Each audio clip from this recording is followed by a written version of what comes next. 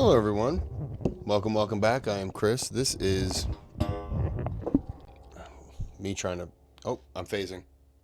Alright, I'm back. Alright, we're all okay. Nope. Alright, we are. So this is a different video from a different channel. Oh, come on. This is Business Insider. What are you doing, Kris? Well, I'll tell you. But first, I'm going to click on that thumbs up and I'm going to subscribe to the channel. If you could do the same for me, you saw how easy that was. If you could do the same for me, it helps out tremendously. You can donate to the channel through a thanks button I have somewhere down here. Click on that. Boom. Donate. Request a video. Your name sponsors that video. This is satellite images reveal the reality of Saudi Arabia's $2 trillion megacity in the desert. This just popped up. How long ago was this? 8 days ago. So I just saw it today pop up on my feed as I was just home. And I thought, yep, I'm doing it. So here we go. The world's largest construction project, known simply as The Line, has already started to leave its mark on the Arabian desert. Saudi Arabia's billionaire crown prince wants the 170-kilometre-long megacity to be visible with the naked eye from space. Satellite images show how the landscape is transforming. Where there was once sand and rock, you can make out deep trenches, thousands of trucks and excavators, and entire new towns. Workers and their families are already promoting their new lives here on social media. But satellite pictures also show us villages that have been wiped from the map. Neom is being built on Saudi blood. And the controversial project appears to be struggling, with media reports of cancelled contracts, scaled back construction, and spiralling costs. Plans to welcome the first residents to the line back in 2024 never materialised. So is building what architects told us is essentially a giant greenhouse in one of the hottest and driest places on Earth really a good idea? We're talking about some of the hottest temperatures ever recorded in this part of the world. We analysed the very latest satellite views from above and spoke to experts. Would I want to live in the line? No, I absolutely wouldn't. To find out if Saudi Arabia's desert dream stands a chance of being anything more than just a mirage.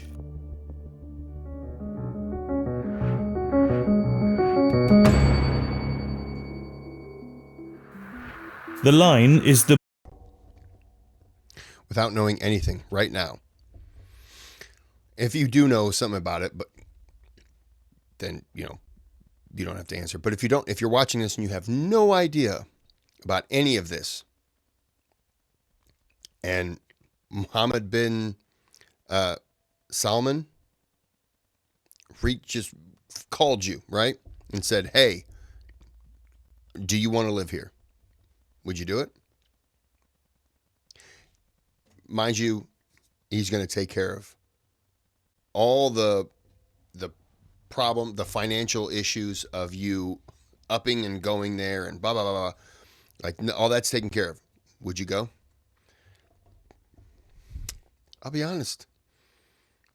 It sounds cool. I would need to see a little bit more, but it just, why not? If it doesn't work out, you can move back, but it would be a cool, like, little experiment. I don't know if let me take that back. I don't know if I'd move there, but it would be a fun experiment for like maybe 5 years just to see how it goes. And if you like it, then you can stay. Then, your stuff back home gets sold. Because, I don't think the Saudi princes are hurting, or the Saudis are hurting for money. The brainchild of Saudi Arabia's Crown Prince Mohammed bin Salman, or MBS for short. In 2023, he told the Discovery Channel that he will build his extraordinary megacity against all odds. They say in a lot of projects that happen in Saudi Arabia, it can be done. This is very ambitious. They can't keep saying that, and we can't keep proving them wrong. The multi-billionaire prince is no stranger to lavish spending and futuristic construction projects.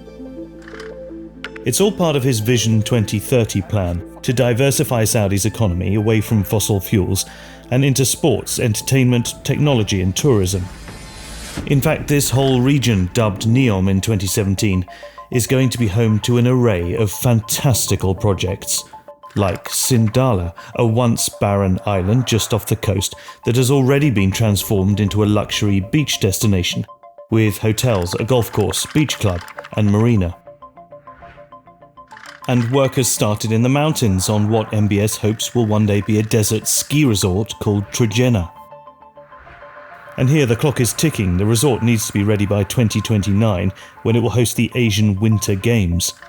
The mountains don't get much rain and even less snow, so it will need to rely almost entirely on the artificial kind. Of course, MBS already has his own palace complex in NEOM, with private beaches, lush green gardens, a golf course, and 10 helipads. Construction on the line began in October 2021. What we can see on satellite imagery today is a giant scar cutting inland from the Red Sea through the mountains and out the other side. But beyond the epic earthworks, there's little sign of the megacity presented in glossy promotional videos. Just think, a skyscraper city that runs uninterrupted for 170 kilometers. That's the distance between Philadelphia and Washington, D.C., or Naples to Rome. So the line is designed to be a city like no other city that's ever been built. Everyone thinks the line's a building. It's not. It's a frame. It's a city, and it has a framework and a grid structure to it. The glass-clad monster is also supposed to be 500 meters high and 200 meters wide. To give you an idea of what a mirrored glass wall in the desert might look like, take a look at this. The Mariah concert venue built by the Saudis in 2019. This is the largest mirrored building in the world, for now, but it is only 3 stories or 26 meters high. If built, the line will be one of the top 10 tallest buildings in the world, and by far the longest. Animations produced by NEOM promise suspended gardens, waterfalls cascading down buildings, and all your daily needs within a 5-minute walk. A high-speed train is planned to take citizens from one end to the other in just 20 minutes. There are even flying taxis. In fact, prototypes recently took to the air at this facility, just 4 kilometers from the line. One consultant who worked on the mega project told Business Insider that the city is designed with a wealthy minority in mind. Yet the line promises to eventually house 9 million people within a footprint of just 34 square kilometers.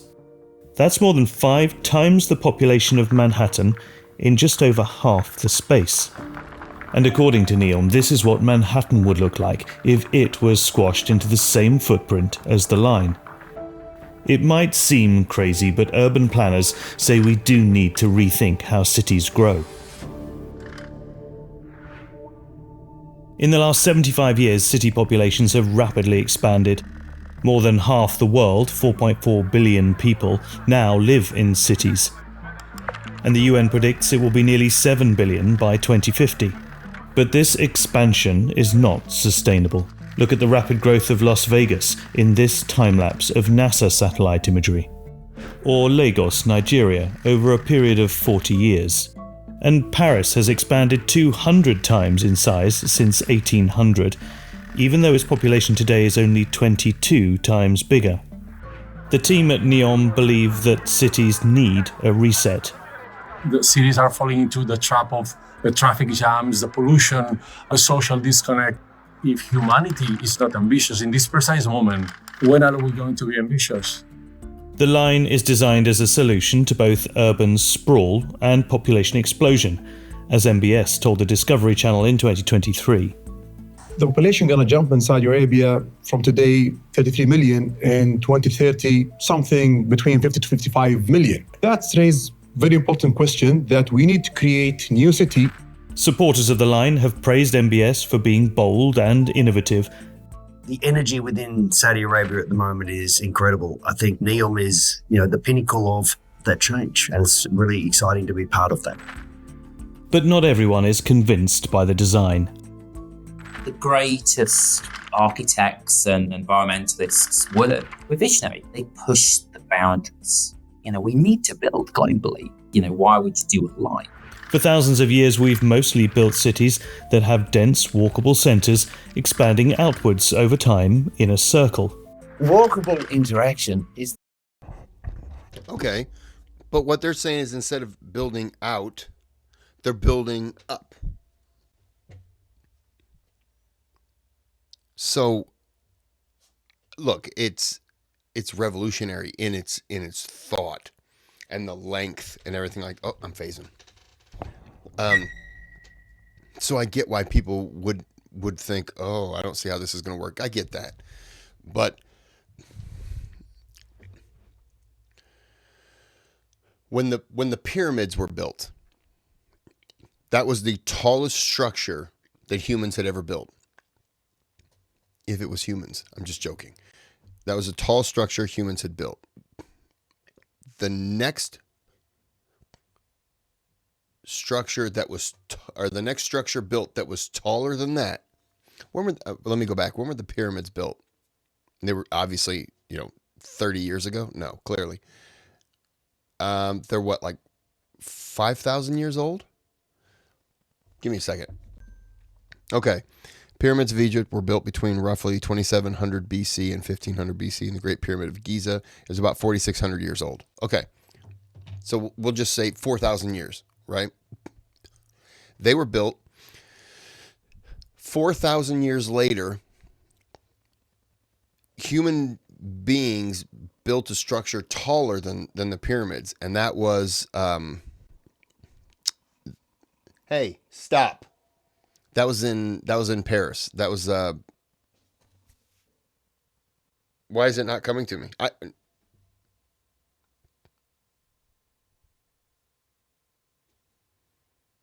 Eiffel Tower. Wow.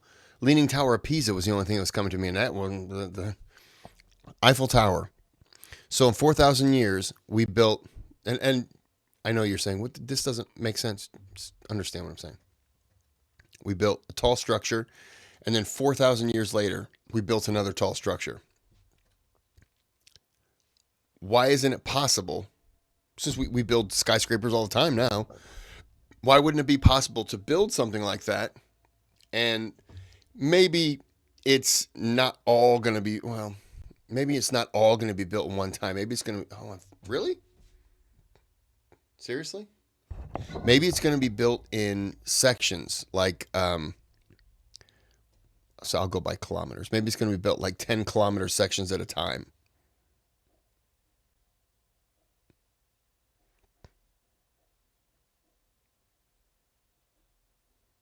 Dog's drinking. I don't know. the basis of cities. Businesses happen historically and now where you get easy interaction between people. And if a city the size of the line were instead built in a circle, more people would be in walking distance of each other. And what many people love about city living is the buzz of unpredictability. London, New York, Bangkok. They are big, they are messy, and you find all these fascinating places. The thing with the line, it lacks imagination, actually at the level of experience. Shape aside, will anyone actually want to live in an enclosed linear city in the desert? Yeah, why not? I'll say this.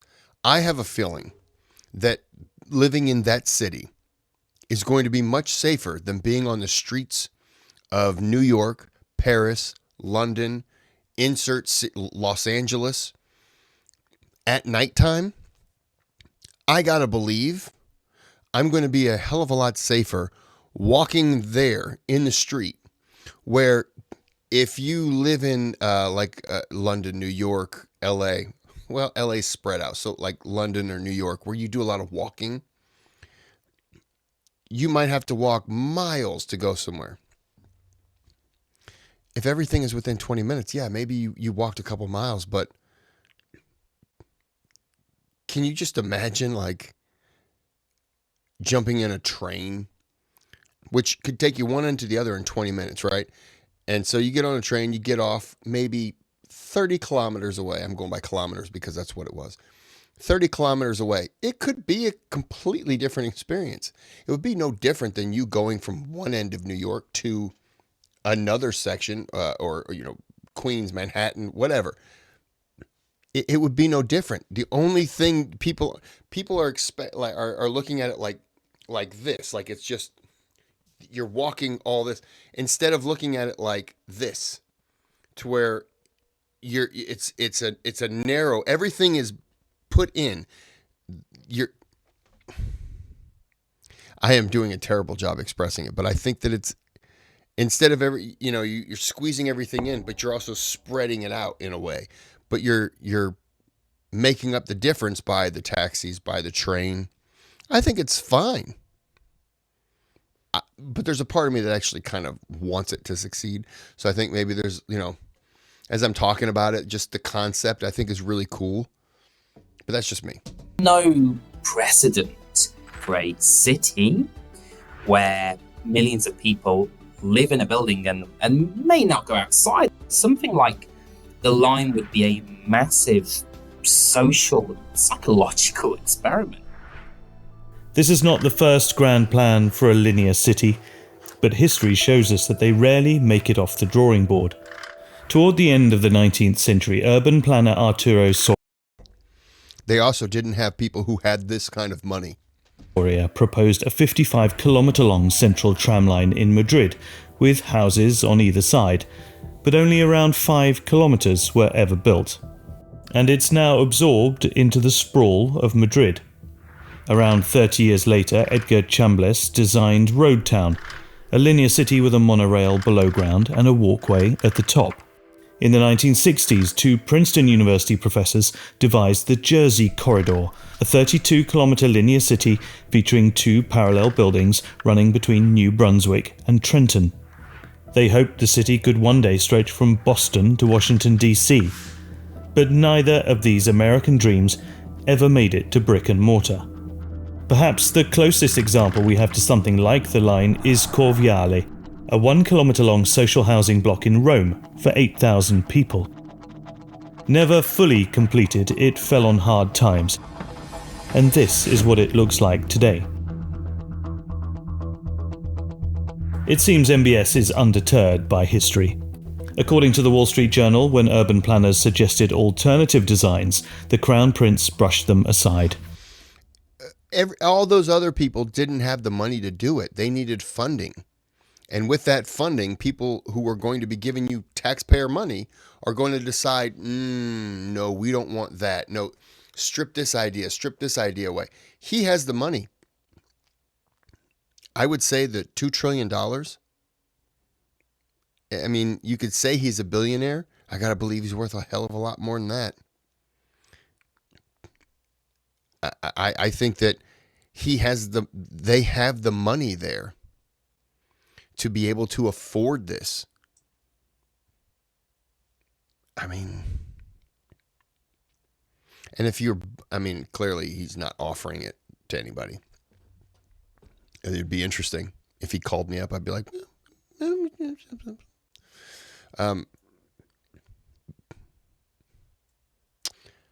I forgot where I lost track of what I was saying.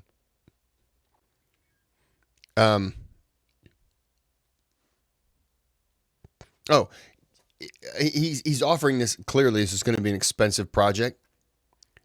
I'm breaking ground there in case you didn't know, but this is going to be for rich people. So I'm going to say that you're going to make money off of people moving into that. Now, granted, you're not going to be making your money back off of it immediately. I don't know if there's a tax system or any. I don't know how any of that stuff works in Saudi Arabia. I don't know if you know this, but I don't know anything about that place. But I got to believe if you're forking out a megacity for $2 trillion in the desert in a line, you are figuring to get your money back. You're not just going to blow the money for no reason. You're expecting a return on that investment. We'll see what it is. Mega projects and mega cities have always, they often include a desire by a government to portray power or equity or some other ideology to a national or global audience. But there is evidence that MBS's ambition may be stalling. Satellite images from May 2023 show earthworks in full swing across the length of the line. Almost a year later, Bloomberg reported that the line was being scaled back and workers dismissed. Recent satellite imagery does appear to show less activity on the ground. The focus for now is a section of the line called the Hidden Marina, where residents will be able to sail under the city and then straight out to sea. NEOM executives call it the largest excavation project in the world, moving over 90 million cubic meters of material. But it is now understood that only this 2.4 kilometer section of the line is expected to be built by 2030, instead of the full 170 kilometers. It wouldn't be the first Saudi mega project to hit the brakes.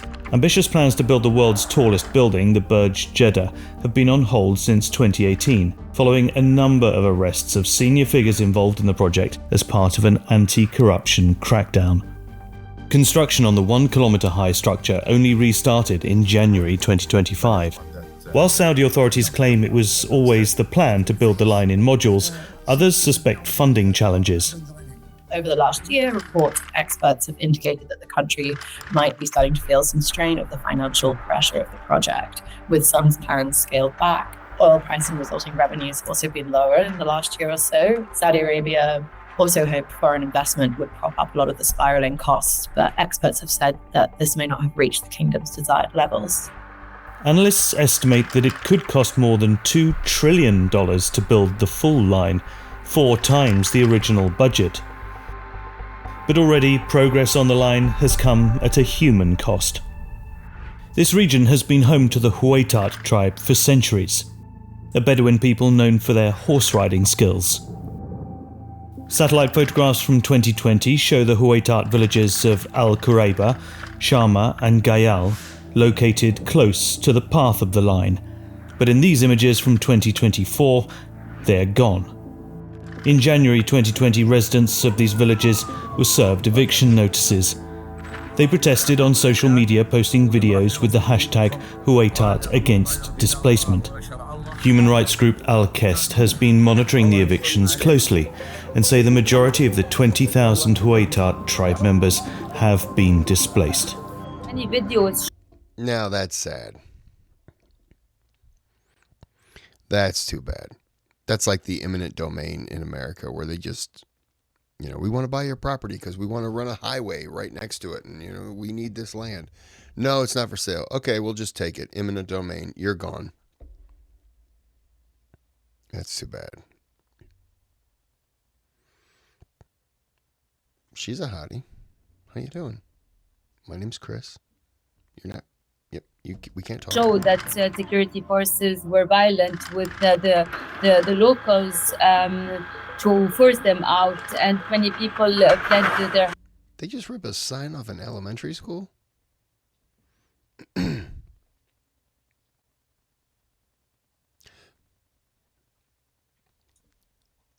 Is that a tow truck? Because it has a vehicle on the back, and why the hell does it have a crane on? I don't know what's happening right now. Yeah, it is a tow truck. There's a little hook right here. I don't understand what's happening. Houses. But not everyone fled. Abdul Rahim, a government employee at the Ministry of Finance, decided to take a stand. مع الجيوب هذه شوف مداهمين البيت لاني بس ما ابغى اسجل اسمي في الترحيل ولا ابغى اوقع. يعني انا ما اشوف اكبر عندي ما في شيء اكبر من خروجي من ارضي ومن ديرتي. كل ما بعدها هين سواء السجن حتى القتل يعني انا ما استغرب لو يجوا ممكن يقتلوني في بيتي الان.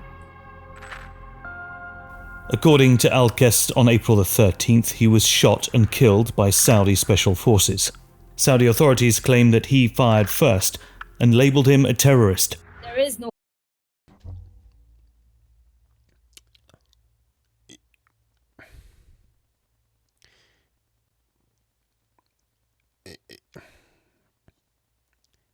if you came into his property and then tried to like take him out, what did you think is going to happen?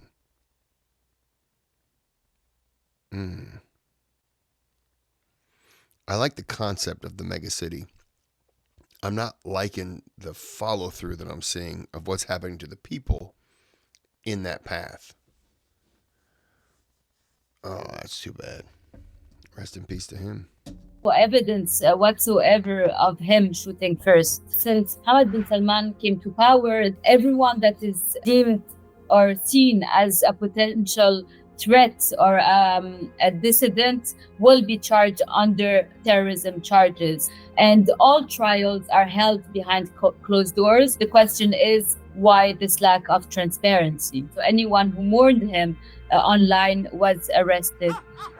Al-Qest say 47 tribe members have been arrested, including many of Abdul Rahim's relatives. They say 3 have received severe prison sentences and 3 others are sentenced to death. Reports of intimidation and inhumane evictions have not gone unnoticed.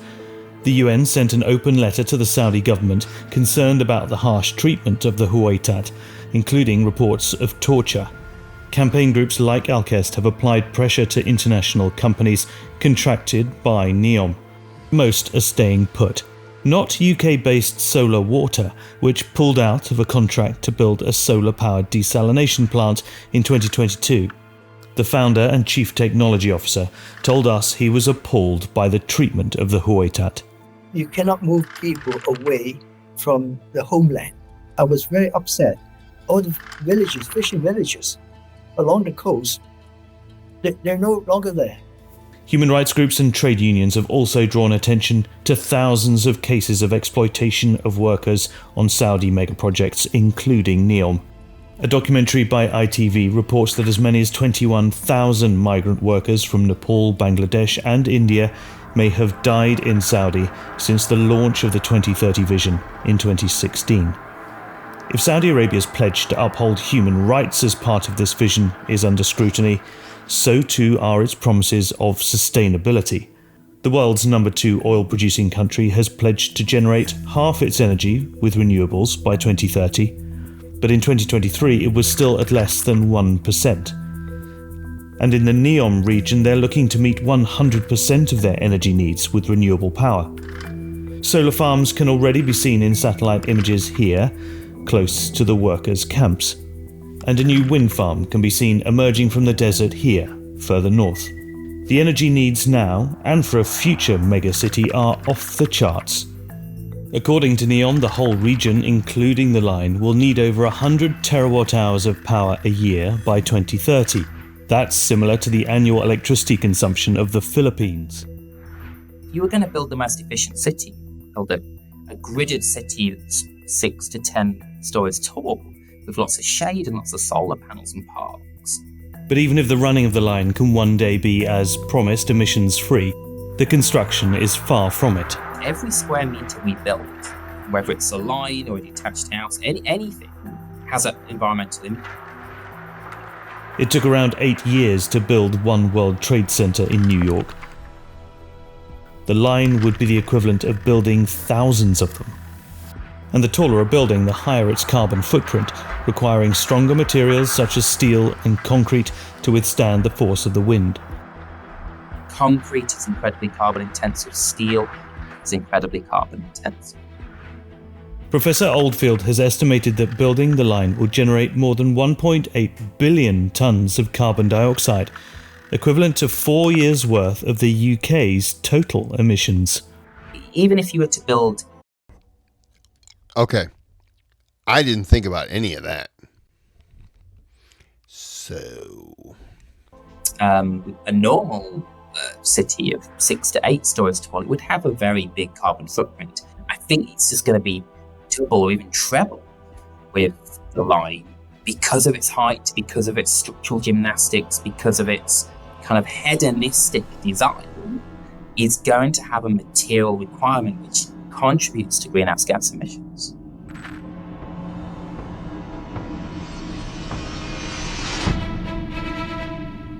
And then, once built, this giant glass, steel and concrete structure that designers say will blend into the landscape will need to be kept cool enough for people to live inside it. Well, one of the biggest problems is that it's essentially a big greenhouse. Now, you don't need to have a PhD in physics to understand what happens when sunlight hits glass. It heats up. Compare that to traditional Saudi buildings, which are made of mud, stone and clay and designed to be naturally cool. The irony of Neom is that although it's presented as being this futuristic city, it's a lazy city. The architectures are lazy. Before the fossil fuel boom, architectures were generally a lot harder working. They were built to keep heat in or keep it out. If they can't keep the heat out, the consequences could be deadly. In June 2024, Saudi Arabia was hit by an extreme heat wave. Over 1,300 people died on the Hajj pilgrimage in Mecca, where temperatures reached over 50 degrees Celsius. 2024 was the hottest year on record. And scientists predict that average temperatures in Saudi are likely to go up by 2 degrees Celsius by the middle of the century. Perhaps the most precious resource in a desert megacity is water. The region gets around 6 centimeters of rainfall a year. And it's estimated that 4/5 of Saudi's ancient underground aquifer have been sucked dry by desert farming in the last 3 decades alone. Currently, more than half of Saudi's water is supplied by energy-hungry desalination plants, which spew out an estimated 60 million tons of CO2 per year.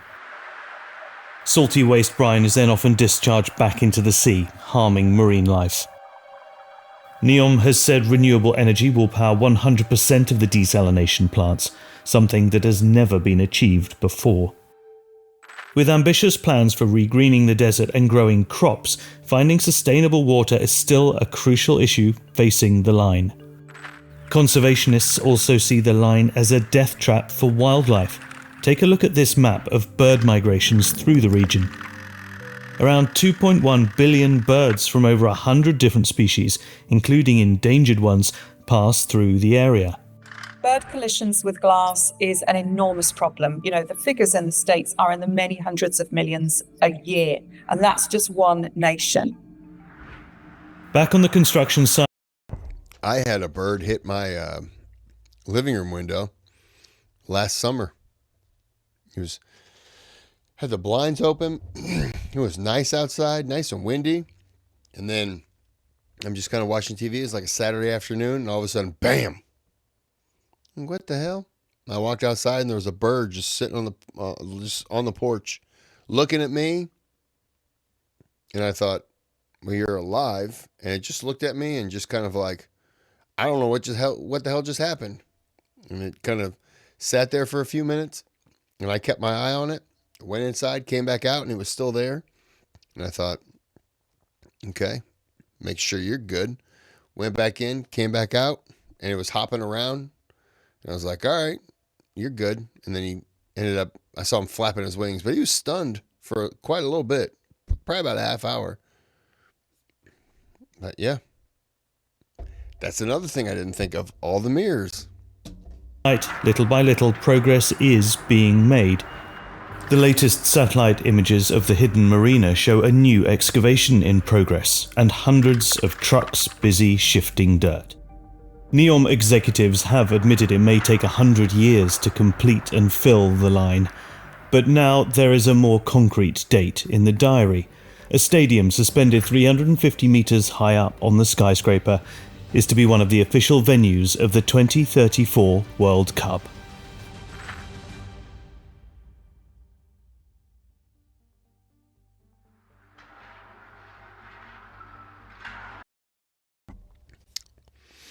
So the more I watch this video, the more I think it's probably not going to happen.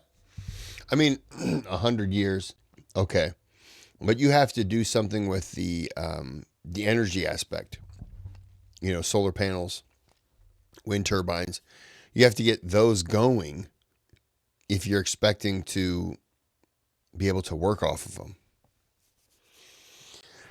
And I didn't realize just how much they depended on the desalination. Did I pronounce it? Desalination. There you go. Plants. Which makes sense. It's like a desert. So this is interesting. This is pretty good. I like this. Hold on. There you go. Phase out. And we're back. Okay.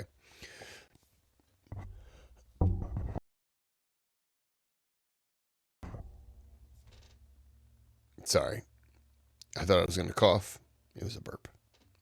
But I didn't. I didn't do it for you.